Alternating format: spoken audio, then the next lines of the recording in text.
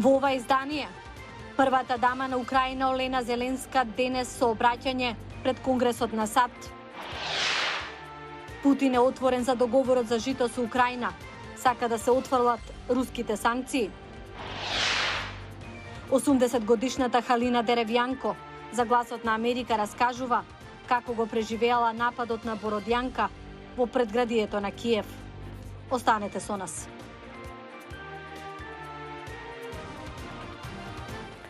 Добре дојдовте во Ньюсфлеш на Гласот на Америка на македонски. Јас сум Милена Ѓоргиевска. Првата дама на Украина Олена Зеленска денес обраќа во Конгресот на САД. Председателката на Представничкиот дом Ненси Пелоси пред почетокот на незиниот говор рече дека има извештаи за брутален третман на жените во Украина од страна на руските сили, вклучувајќи киднапирања, силувања и депортации во Русија. Украинскиот председател Володимир Зеленски изјави дека Зеленска ќе зборува во име на сите мајки и жени од Украина. Председателот Џо Бајден вчера ја пречека украинската прва дама во Белата куќа со букет цвеќе. Зеленска потоа се сретна со првата дама на САД, Џил Бајден.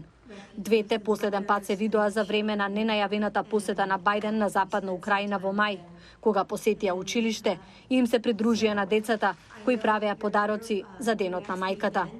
Белата куќа соопшти дека Зеленска е во посета на Вашингтон за да ја истакне човечката цена на руската агресија против Украина. За деталите од говорот на Зеленска ќе информираме на нашата веб страница. А рускиот председател Владимир Путин рече дека Русија е подготвена да ја олесни спораката на жито од пристаништата покрај Црното море, но оти сака западните земји да ги укинат санкциите против рускиот извоз на жито. Путин денес зборуваше во Иран по средбата со турскиот председател Реџеп Тајип Ердоган. Турските власти запленија товарен брод под руско знаме, откако Киев го обвини дека пренесува украдено жито. Товарот на бродот се истражува во близина на турското црноморско пристаниште Карасу, во близина на Истанбулскиот воден пат Босфор, портата на светските пазари. Аналитичарите сметаат дека ваквиот потек е важен гест кон Украина. Украина е се уште независна држава во војна, но независна. А тврдењето на турската влада да ги контролира овие бродови е правилно и Турција постапи според тоа. Затоа што постои обвинение и апликација Турција да го запре ова, што е незаконско, како што утврди украинската влада. Минатиот месец украинскиот амбасадор во Турција Васил Боднар ги обвини турските компании дека купуваат украдено украинско жито.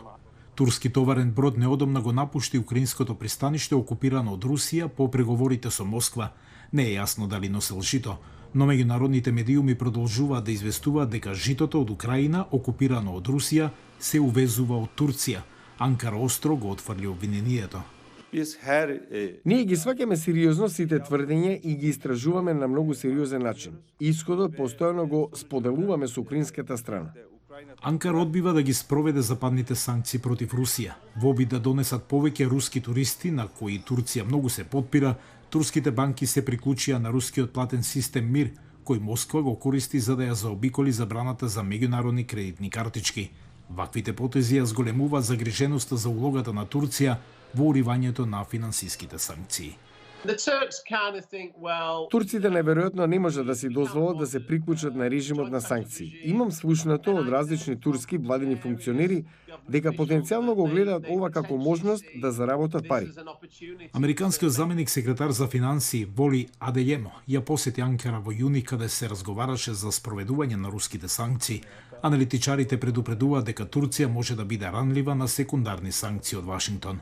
Но Анкара вели дека спроведувањето санкции ќе ги загрози нејзините посреднички напори меѓу Киев и Москва. Постои прифаќање меѓу западните сојузници дека Турција е вклучена во овој чин на балансирање, дека нема да ги прекине односите со Русија, дека ќе го направи овој стратешки баланс меѓу Русија и Западот, бидејќи Турција е толку геополитички важна на Црното море, со турскиот теснец постои толеранција. Председателот Реџеп Тајип Ердоган изјави дека ќе разговара со Украина и со руските лидери за ослободување на заробеното украинско жито, додека светските цени на храната продолжуваат да растат. Портпаролот за национална безбедност на Белата куќа Џон Кирби рече дека Русија подготвува анексија на окупираните украински територии, по примерот на Крим. Кирби рече дека областите што ги разгледува Русија се Херсон, Запорожје, Донецк и Луганск. А при руската окупација на околината на Киев, 80-годишна жена успеа сама да го преживее нападот. Таа сега зборува за Гласот на Америка. 80-годишната Халина Деревјанко била во својот стан во Бородинка, градче во регионот на Киев, кога Русија ја нападна Украина. Немала избор, освен да остане во станот за време на инвазијата. Постои. Потому когда они к нам зашли, Бевме само двајца во целата зграда кога упаднаа русите. Тие вандализираа се. Имаше 2 експлозии. Другарот на син ми беше убиен. Додека руските војници се обидувале да ја скршат влезната врата на зградата, Деревјанко се сетила на советот на незиниот сосед. Ако окупаторите се обидуваат насилно да влезат, подоцна може да ги казнат жителите што не им помогнале. Затоа решила дека е подобро сама да ја отвори вратата. зачем нам говорить побольше? Но мы побольше. Руските војници не и верувале на Деревјанко дека целата зграда е празна, почнале да ги кршат вратите на сите други станови. Откако ја пребарале зградата, ја обележале со буквата П за проверено. Подоцна се вратиле да ги ограбат празните станови, раскажува таа. Собствениците ја поправиле влезната врата откако украинските војници го ослободиле градот. Низината пријателка Валентина Мјазова се вратила во градот. Таа пребегнала во блиско село за време на окупацијата. Мислевме дека ќе биде побезбедно таму, но беше пекол. Русите дојдоа еден ден и ни кажаа дека бараат нацисти и пољаци. Некои од жителите на стамбената зграда покажуваат парчиња гранати расфрвани наоколу, но многумина немаат што да покажат, а многу нивни сограѓани не го преживеале гранатирањето. А од другите вести, здравствените експерти велат дека една од последиците на пандемијата е зголемена употреба на алкохол. Светската здравствена организација предупреди на влошување на здравјето на луѓето поради прекумерно пиење.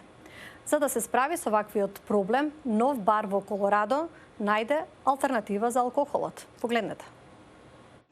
Барот Разбуди се во Денвер, Колорадо, изгледа како повеќето други барови, но со една голема разлика. Нема алкохол.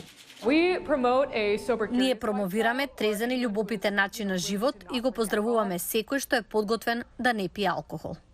Покрај моктелите и другите алтернативи за алкохол, вели Местеки, многу редовни клиенти зборуваат за излегување од социјалната изолација и стресот што доведе до повеќе пиење за време на пандемијата.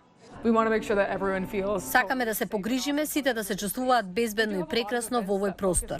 Имаме многу настани кои се фокусираат на социјални настани во овој бар, само без алкохол. Имаме вечер за лица без партнери, секоја среда за да може да излезат и да запознаат луѓе кои исто така се трезни и љубопитни. Клиентката Тейлор Бренер вели дека вечерите со музика во живо во четврток и петок без алкохол се помалку надвор од социјалните норми на САД. Трезна сум 1 година и 2 месеца. Дефинитивно е нешто што треба да се откажете откако ќе престанете да пиете. Како што е дружењето, па затоа е убаво да имате место каде што може да се дружите и да не го чувствувате притисокот дека мора да пиете. Немањето алкохол е олеснување за некои од вработените во Разбуди се. Вака е прекрасно. Не се грижам дали ќе добијам несоодветни коментари. Шанкерката Меган вели дека тоа го менува животот. Искрено, може би звучам драматично, но работата овде на вистина ми го спаси животот. Да бидам во средина каде што се уште можам да бидам своја, да бидам креативна, да уживам во пијалоците и да ги правам другите многу среќни. Собствениците на Разбуди се бараат да отворат нови локации и во други делови на Колорадо, со намера да се прошират и надвор од државата. Со оваа вест се одјавуваме. Останете со нас на останатите платформи за повеќе информации од САД и од светот. Јас сум Милена Ѓоргиевска. Пријатно до утре.